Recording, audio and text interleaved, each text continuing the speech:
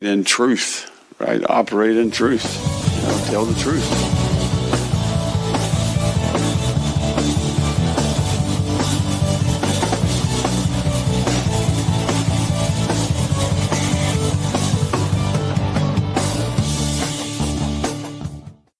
Hello, everybody, and welcome back to the Gator Truth Florida Football Podcast. I'm Daniel, and on this episode, we're going to take a look back at the Gators' thrilling 24-17 victory over the Ole Miss Rebels this past Saturday in the Swamp. What a senior day it was. Some really great senior moments as well throughout the game. For sure, we'll talk about that. Very, very big win. I've seen it going around. Is this Billy Napier's biggest win as the Gators head coach? And I think that is definitely a yes in my book, as it probably is one of the better teams he's faced. Of course, he did beat year one, the Pac-12 champion Utah Utes. But I think this, just based on everything that's gone on, as well as this being a truly good Ole Miss team, qualifies as his biggest win. Definitely a great day overall for the defense. I mean, it may not show up on the stats, giving up 464 yards, but I'd say the defense, when needed to, stepped up, played that bend don't break style that I really advocated for, and we'll get to that. Also, the offense did what they needed to do. There were times it was frustrating. There were times it was great, but in the end, again, things we needed them to do, and we'll get into that. But very, very good win, very good atmosphere. And I put on Twitter, and it's funny how big that tweet has become, but I put a video showing how many people stayed after the game for the alma mater. I would estimate probably at least 40,000. Biggest crowd I've ever seen to stay that long after a Gator game. Part of that may be senior day. Some of that may be the Bull Gators getting their stroll on the field after the game. But the fact that it was everywhere just tells me that it was a big-time celebration and a big-time win for the Gators. So before we get into it, I do want to give a shout-out, as always, to our friends at Alvarez Lawn Company. And I've got to be honest, sat with my buddy from Alvarez Lawn Company at this game this past Saturday. With that said, if you're in the Central Florida area and you're looking for someone to do some lawn projects for you, whether that's just something as simple as mowing your yard, trimming your trees, bushes, whatever, or if you have a bigger project, call or text my friends at Alvarez Lawn Company for a free quote at 407-490-2617. Or you can also shoot them an email for a free quote at alvarezlawncompany@gmail.com. Once again, if you're in the Central Florida area and you need some lawn work done, give my friends at Alvarez Lawn Company a call or text for a free quote at 407-490-2617, or give them an email at alvarezlawncompany@gmail.com. Alvarez Lawn Company, building plans that work for you. And so let's get into it. Let's talk about some keys for the game, some big plays for the game, some awesome things from the offense. And of course, keys to the game that I had for the offense was to block for DJ Lagway, and talking about how 3 of the top SEC sack leaders, 3 of the top 5 were on Ole Miss, talking about how, they're the number 1 team in sacks, all this stuff. We did give up 3 sacks on the day, which, to be honest, with a team like that, I will take it, but at times we definitely gave DJ plenty of time, and some of that was just enough time, as we saw DJ do some interesting sidearm passes. But hey, if it works, it works, right? But generally, good day, I'd say, for the blocking. Definitely also did great in some run blocking overall as a team, and this does include sacks, so there's a little asterisk to this, but averaging 3.8 yards per carry after the sacks. And then also some of that, some shorter runs that were necessary there. But with that said, good day for this offense. DJ Lagway, 10 of 17, 180 yards. That's 18 yards average per completion, or 10.6 yards per attempt, which again, I love seeing the attempt over that 10 yards average. As many times last year we saw it underneath that 10, and at times I'll show a limit to the offense. And kind of something I do want to point out, that first, I believe, was our first touchdown pass. Let me double check that. Well, anyways, our touchdown pass to Jaden Baugh was a screen pass, which, many times, which was our first touchdown pass and our only touchdown pass. Oh, man, I thought we had two. It's been one of those long, well, we did have two. Anyways, it's been one of those long days, guys. And here I am doing this. So with that said, touchdown pass to Jaden Baugh is a good example of why having that deep threat works. When we were running lots of screens last year, early this year, and running lots of stuff close to the line, it makes the defense only have to guard, essentially 10 yards deep. But with the fear of actually passing deep, Ole Miss respected it. And so we were able to hit Jaden Baugh, have him have space, and he makes a few good moves, runs, get 25 yards and a touchdown. Probably would have gotten more if there were more yards there. So excellent play. But that just goes back to a concept that I've been talking about for years, and that is, if you can stretch the field well, you're going to get more from these shorter type run plays. Also, we had a good pass on one of the pot passes, again, because we've not been running them as much because teams can't cheat up like they were doing. We talked about the first fourth down against Miami this year, how they all cheated up because they knew they didn't have to worry about getting beat.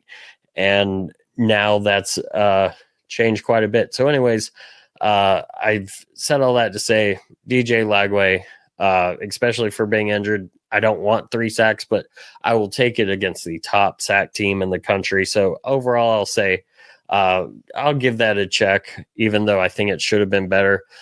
Hit big shots when you had them was of course my second key. We only threw past 20 yards twice in this game. However, we were 1 for 2. And the one we did hit, what a great throw by Lagway, throwing off platform. If you're not sure what off platform means, usually quarterbacks will have their feet set and they'll be pushing off their back foot. However, DJ Lagway's kind of rolling to his left and has a guy diving in. He's kind of avoiding as he makes this throw with his body, straight forward. When usually you see quarterbacks throw, they've got, one shoulder pointed down the field and then they're turning as they throw. DJ Lagway's body is facing forward and flicks his wrist. 41-yard completion to DK.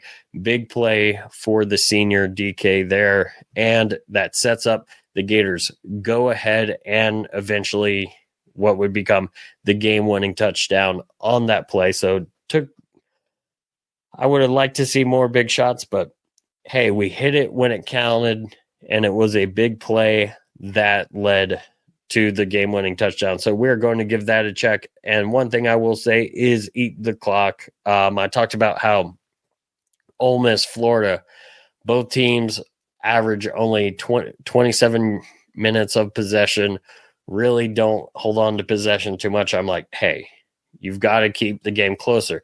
The closer the game stays, the less, the more pressure on the favorites, the more pressure on Ole Miss. You never know what could happen. You eat the clock, that's less possessions.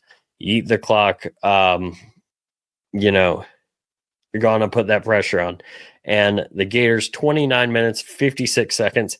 It was pretty much as close to even as you can see in a game. I'd be shocked if I've seen an even game, but 4 seconds either way is amazing. And the Gators, kind of something funny that we've seen and I've pointed out on other days, but we're talking about first touchdown, 11 plays, 89 yards, 5 minutes, 40 seconds.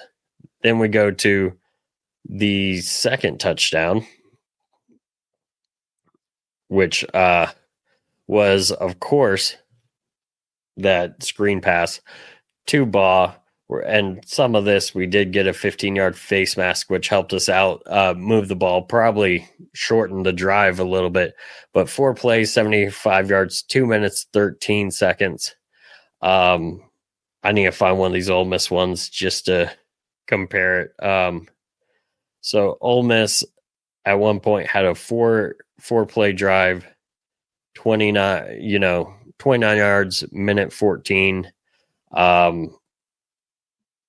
We had a 3-and-out that was a minute 24 earlier on. We had a 3-play that was 40 seconds.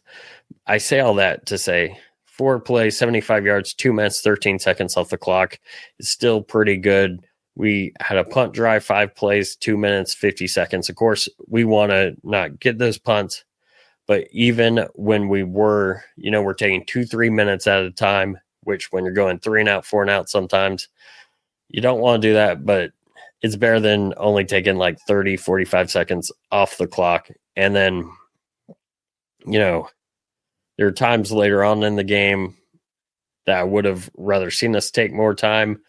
Like, I would have loved to see us run out the clock and get that first down on the last drive we had. But hey, you can't have the awesome interception in the game if that happens. So take it. Again, went over our average, making, eating the clock in general, running the time down. And by doing it, like we talked about, the Gators kept it close. Pressure came to Ole Miss, and eventually Ole Miss broke under pressure. And we saw that with the final 2, sort of 3 interceptions, since Johnson's didn't count, to win the game. I mean, Ole Miss, we had them in the second half when it was close. 3-and-out, 4-and-out, interception. That's their last 4 drives, and that was just phenomenal. So, and part of that comes down to you put the pressure on, your defense gets behind the pressure, the crowd's into it, and you go from there. So, great job by the Gators offense in this game. Montreal Johnson had himself a game as well. Got to shout out the seniors. Johnson, 18 carries, 107 yards, 5.9 yards per carry. Got the go-ahead touchdown. Good for him on senior day. Of course, we talked about DK and Badger. Both big days, 87 yards for Badger. DK, 3 catches for 57. 2 of those for 13 yards. And of course, we talked about the 41-yard long. Great day for them. Good to see these seniors getting some highlights in the swamp, and especially probably an all-time win in the swamp. Just to be honest, for where it was, for what we thought this could be, and for the opponent we faced, very dangerous opponent, and come in there. And pretty much, end up pulling out a win. Even when we see the frustrating end of the first half, began the second half play calling, and even when we need, a little bit of help in scoring by an Ole Miss player muffing a punt unforced, hey, we'll take it. And granted, I think we should have done more, but Trace Mack, credit him, comes in, hits the go-ahead at that point, 53-yard field goal. Gotta praise when that happens. And like I said to my buddy from Hours Lawn Company at the game, I go, sometimes better to be lucky than good. And I think there's a quote out there that luck is when preparation meets opportunity. And you know what? We came prepared to this game, and well, it met opportunity for sure. So before we go on and talking about the defense, giving a shout out to my friends at GatorChatter.com. Now, Speaking of this game, I was keeping an eye out on the Illinois game on and off through this. You want to talk about an exciting finish? Go back, watch the highlights of Illinois Rutgers.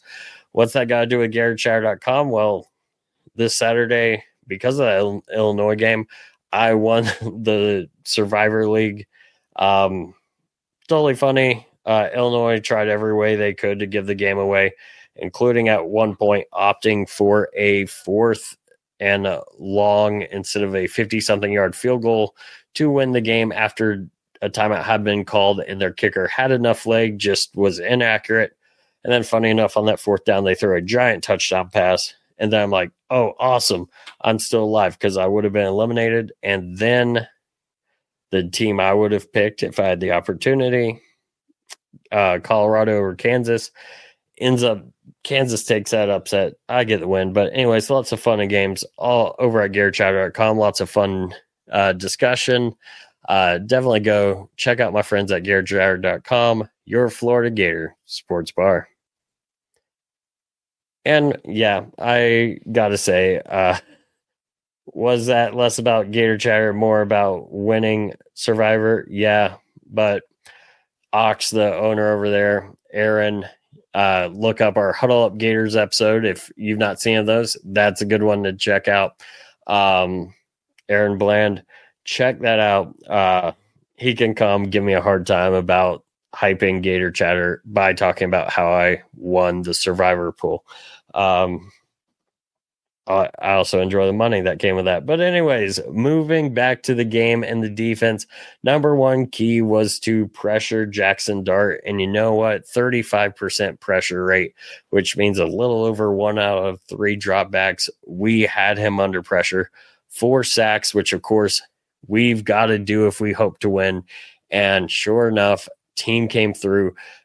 What began the year as a non-existent pass rush has gotten the job done the last few weeks, has really stepped up. Guys like Caleb Banks, who had 2.5 sacks, Tyreek Sapp, 1.5 sacks, just coming through, playing when we needed to play. And guys like Jack Pyburn, making plays. We can talk about Miles Graham making a big play on a 4th down stop, and just all sorts of things. Got that pressure. And then the second thing I had was back end. The back end had to be disciplined. And again, like many things on the offense, at times this was a hit, at times this was a miss. Gave up 323 passing yards. However, we only gave up 7.9 yards per attempt. And talked about earlier, I like it when you're over 10 yards per attempt, and when you're under, it's probably not good. And sure enough, Jackson Dart averaged 7.9 yards per attempt. Were there a few times where we may have been helped out by a drop? Yeah, but again, people drop passes. We drop passes. I mean, Austin Simmons, former Gator commit, comes into the game. Jackson Dart loses a helmet. This, again, things that probably may help us at times, but again, you got to take advantage of it. Simmons ends up being 0 for 1, throws a ball, and Juice Wells just drops it. So he ends up 0 for 1, but at the same time, would Wells have gotten anywhere? Who knows? But again, ball had to come out quickly because the team was doing well on defense. And so back end, although we gave up some touchdowns because of some great plays, maybe some poor back end plays, when the defense was needed, that back end delivered. I mean, Jordan Castell starting off the game with a Major Wright like hit. And of course, Major Wright did the 2 bits for the pregame. And if you'd like to see what that looked like, check out our YouTube page, because we do have him doing the 2 bits up. Starts off a little bit different than most 2-bit chants, but check out that video. It's 41 seconds long. So it won't take much of your day to go give it a like, check it out for sure. But anyways, starts it off. Initially, they called targeting. I'll be honest, from my vantage point in the stadium, I thought it may have been a targeting. Then they show an angle, a different angle than what I had live. And I was like, oh, not targeting at all. Perfect hit. And that set the tone for the game. We saw Denson do another one like that later. And of course, Bryce Thornton at the safety position, getting 2 picks on back-to-back drives. And I did not know this before I saw it on replay, but Jackson Dart had not thrown in 2 years a multi-interception game. Bryce Thornton gets multiple interceptions on Jackson Dart on back-to-back drives to seal the game. And, of course, Dijon Johnson,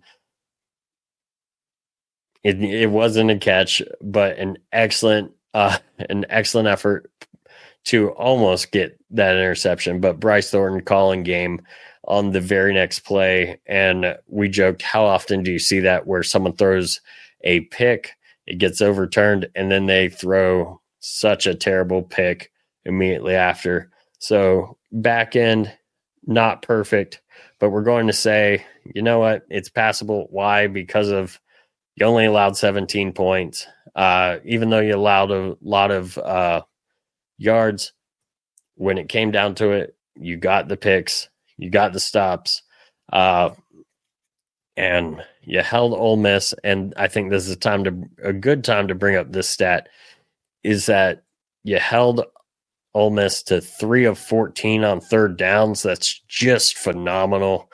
And on fourth downs, only 2 of 4, the 2 stops coming in the red zone. We'll talk a little bit more about that in a second. But again, things that are good, and trust me, I know that our DBs in the back end had a lot of impact on some of that. And the last thing that we have, and you know what, before I leave DBs, I want to give a shout out to another great senior moment, DJ Douglas, who I said before the season might be one of the best stories coming into the season as a Gator, a guy who started off as a walk-on at Alabama, went to Tulane, earned a scholarship, then found himself back in the SEC as a scholarship player. Gotta love that tenacity and just that story. Rightfully probably did not get much playing time at safety after the first few weeks. But with that said, when we saw that muff punt, he was the guy on senior day coming up with the big play to help the Gators, again, take the lead. So great senior day moment for DJ Douglas. Definitely a shout out about that. The last key getting into it is, I said you need to force Ole Miss to drive on you. You can't let them continuously, hit the big plays and score in, 3-4 play drives. Well, and also because time, which I talked about in this game, if you're going to win as the underdog, and we've talked about already, you got to, play with it close as long as you can, increase the pressure, which we did. And part of that was just make them earn time. Their first drive, 6 plays, only got 12 yards. And part of that was because Caleb Banks got a great sack. But their first drive took 2 minutes 45 off the clock. Again, not the longest drive, but for a team that usually goes in no huddle, plays fast, that's quite a bit for 6 plays. And then the next drive got down all the way to the 11, and we stop them 4th and 1. They took 4 minutes off the clock. Then we see what is more of a typical Ole Miss drive, 7 plays, 75 yards, but 2 minutes, 55 seconds. Again, to contrast with their first 6-play drive where it was 2 minutes, 45 seconds. So that one extra play, only 10 seconds difference. That's showing a little bit what I'm talking about, where Ole Miss can go down the field lots of yards in no time. So making them chunk is good. I mean, their second one, after they get the interception, they score to go up 14-7, 5 plays, 55 yards. 216. And then later on, we're going to skip down. We made them do a 13-play, 65-yard drive, taking over 5 minutes off the clock. They're down 17-14, trying to make things happen. And we get another big stop of their big guy, at the 10 this time instead of the 11, no gain. And of course, if Ole Miss kicks those field goals, makes them, it's possibly a big game. But instead, they go for it, and the defense comes up with massive stops. But Ole Miss wasted 5 minutes, 14 seconds for 0 points. And then 7 plays, 3.5 minutes on the next drive. And part of that is just Florida playing really well and forcing Ole Miss to do different things. I mean, heck, the next drive, 3 minutes or 3 plays for 2 minutes. Again, if you're forcing them to do that because you're making big plays, you're keeping the clock running, you're getting stops, that's going to pay dividends in a game like this. And then,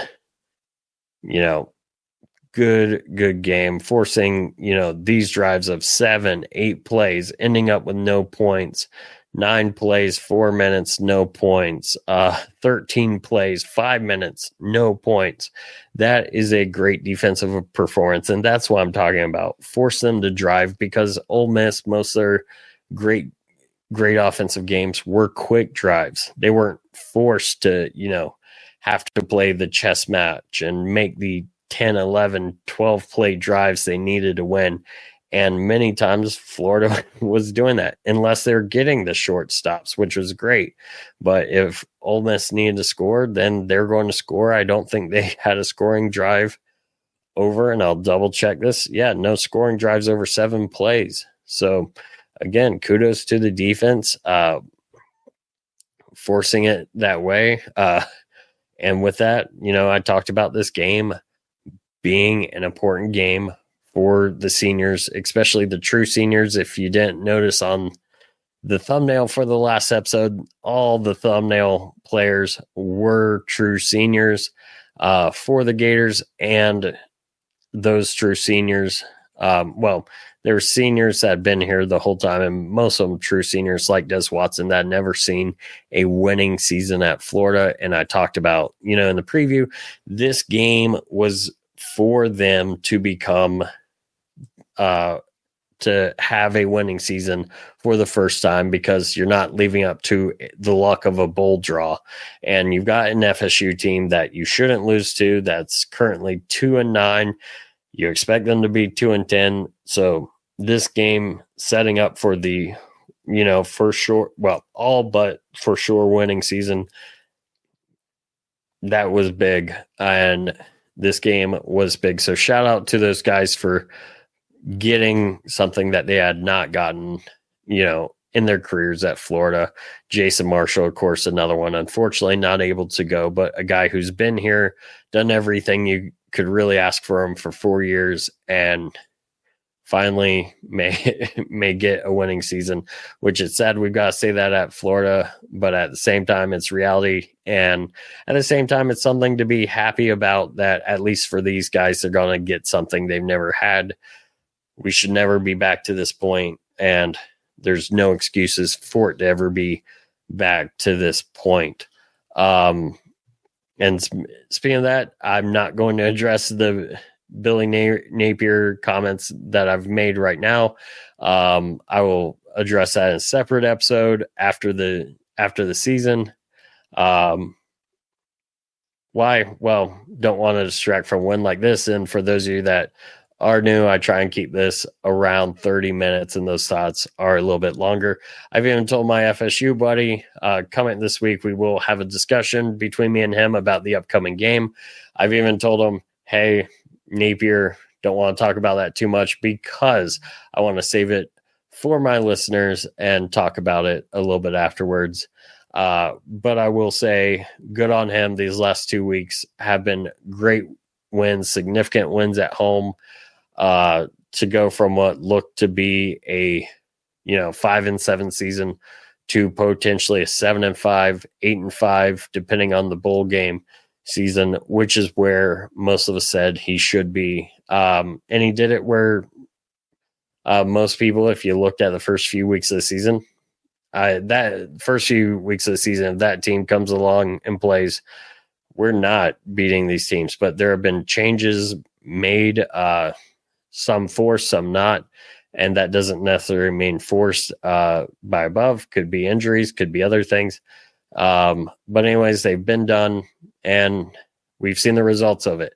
And so definitely a good few weeks, and hopefully a great ending coming up to the season, of course, with the rivalry game against FSU, which we'll talk about on Thursday or Friday.